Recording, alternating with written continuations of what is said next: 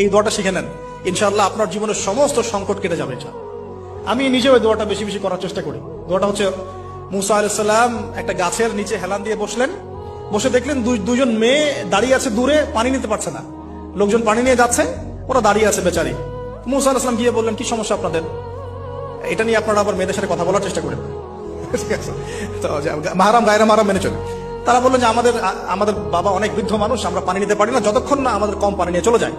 মুসা আলাইহিস সালাম একটু বললাম না, ফিজিক্যালি খুব স্ট্রং ছিলেন, থাকে না বডি বিল্ডার, সামনে গিয়ে কথা বলে সরো পানি দিতে দাও, তখন মানুষ একটু মূল্যায়ন করে না। তো মুসা আলাইহিস সালাম এভাবে পানি নিয়ে দিলেন এবং বাছুরদেরকে পানি পান করালেন, করিয়ে গাছের নিচে এসে বসে আছেন। বসে বসে তিনি দোয়া করছেন, এই যে দোয়াটা তিনি দোয়া করছেন, রব্বি, একটা নেক কাজ করলেন, নেক কাজ করলেন না, মানুষের উপকার করলেন, নেক কাজ করে এসে গাছের নিচে বসে দোয়া করছেন, আল্লাহ এখানে তো আমার খাবার পানি বাসস্থান কিছুই নাই, আমি কি করব?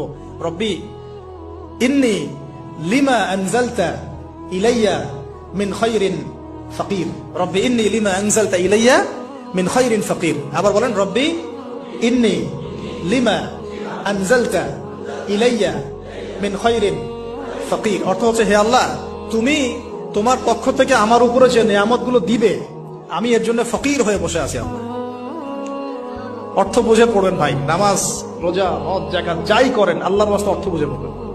অর্থ বুঝে পড়লে আপনার ইবাদতের স্বাদ পাবেন, তৃপ্তি পাবেন, আল্লাহ